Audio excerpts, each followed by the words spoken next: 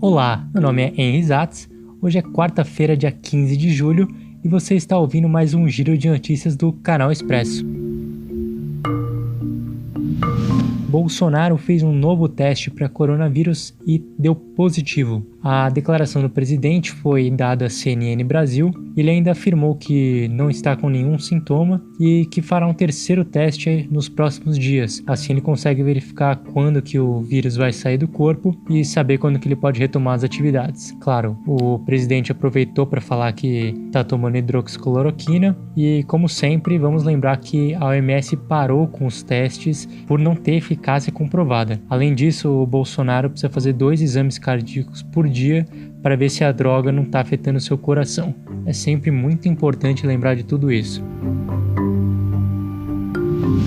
Mensagens de áudio obtidas pelo jornal O Globo vinculam o apelido Anjo a Frederico Wassef. As mensagens são da Márcia Aguiar, esposa do Queiroz, que até pouco tempo estava foragida e ainda assim ganhou direito à prisão domiciliar. E, de acordo com o jornal, os áudios trazem pela primeira vez o apelido Anjo relacionado ao nome de Wassef. Até então a polícia só tinha mensagens de textos de familiares do Queiroz usando o apelido, mas sem vincular diretamente ao ex-advogado da família Bolsonaro. Desde a Operação Anjo, que prendeu Queiroz e ganhou o nome justamente por causa do advogado, o Wassef nega que ele seja o Anjo. E o codinome teria vindo porque ele protegeria sempre a família Bolsonaro de tudo. Eu acho muito fofo, é bonito a relação, acho bonito o apelido. Não sei porque que ele não assumiria isso. Em nota, o Wassef ainda disse que nunca foi chamado de anjo e que outras pessoas poderiam se encaixar na descrição. Além disso, falou que nunca abrigou Queiroz em nenhuma de suas propriedades. Então, tá bom, né?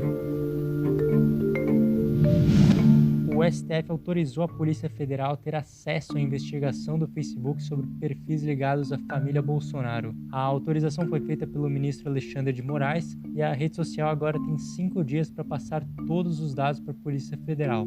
As informações podem ser usadas nos inquéritos das fake news e dos atos antidemocráticos. Essa investigação é aquela que a gente comentou na semana passada. Ao todo foram 73 contas derrubadas e elas eram ligadas tanto ao próprio presidente quanto a seus filhos, com perfis administrados por pessoas dos gabinetes da própria família. E pode parecer pouco tudo isso, mas essas investigações estão movimentando bastante a base bolsonarista. Muitos estão correndo para apagar conteúdos postados. No YouTube, por exemplo, foram mais de 3 mil vídeos apagados. Então é bastante coisa e se estão com receio do que pode ser visto, porque coisa boa não é. E o caso Baker fez uma nova vítima. O caso é da cerveja de Minas Gerais que estava intoxicada, em dezembro de 2018, e José Osvaldo de Faria, de 66 anos, ingeriu a cerveja em fevereiro de 2019 e desde então ele estava internado. Foram mais de 500 dias no hospital e ele não conseguiu sobreviver. Com isso, são 9 pessoas que morreram por terem ingerido a cerveja. Ele passou por um tratamento intenso e, segundo o advogado da família, eles entraram em contato com a cervejaria para ajudar nos custos, mas nem resposta tiveram. Foram 11 pessoas indiciadas por causa da contaminação e o caso está com o Ministério Público. A Promotoria da Justiça suspeita que a Baker esteja ocultando bens para não pagar as famílias das vítimas. São quase 2 anos, os familiares não podem ter seus entes queridos de volta, obviamente, e ainda ficam sem indenização. Bom, a gente torce para que a justiça seja feita o quanto antes.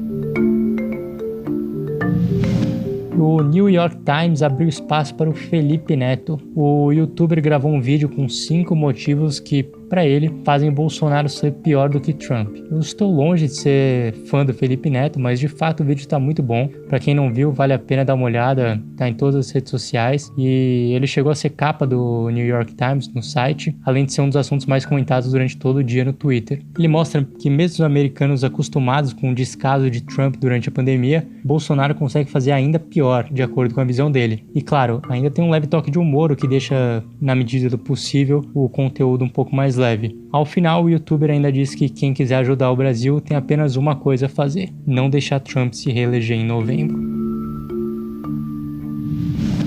E falando nos Estados Unidos, o laboratório Moderna divulgou resultados dos testes de sua vacina para o coronavírus. A princípio, os testes foram bem positivos. Essa ainda foi a primeira testagem em humanos, com poucos indivíduos, mas conseguiram a imunização das 45 pessoas testadas. E, de acordo com o que foi divulgado, não houve nenhum efeito colateral grave. Metade do grupo sentiu sintomas leves, como dor de cabeça, dor muscular e fadiga, mas nada muito mais grave do que isso. O laboratório afirmou que no final do mês entra na última fase e vai contar com 30 mil voluntários. Ainda que com poucas pessoas, o resultado foi bem promissor e a gente torce para que ele dê certo. Essa é apenas mais uma das vacinas que já está com estágio avançado, tem a do Brasil também, e tem uma na Rússia que na primeira fase conseguiu alcançar resultados satisfatórios com produção de anticorpo. Lá foram 38 voluntários e eles conseguiram a resposta imunológica. Agora o governo diz que a segunda fase está prevista para o final de julho e a última para o final de agosto.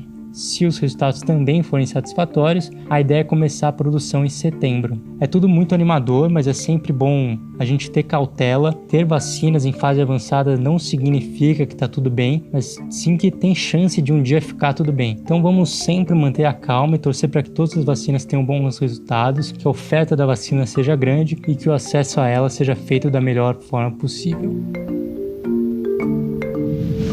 E hoje à noite saberemos quem é o campeão carioca. O Flamengo e o Fluminense se enfrentam no Maracanã às 9 horas da noite. O rubro-negro venceu a primeira partida por 2-1 e por isso tem vantagem do empate. Caso o Fluminense vença por um gol de diferença, a decisão vai para os pênaltis. Obviamente a partida vai ser sem público. Os dois times inclusive estão desfalcados com atletas confirmados com Covid-19. João Lucas do Flamengo e Wellington Silva do Fluminense vão ficar de fora da partida por terem testado positivo para a presença de coronavírus.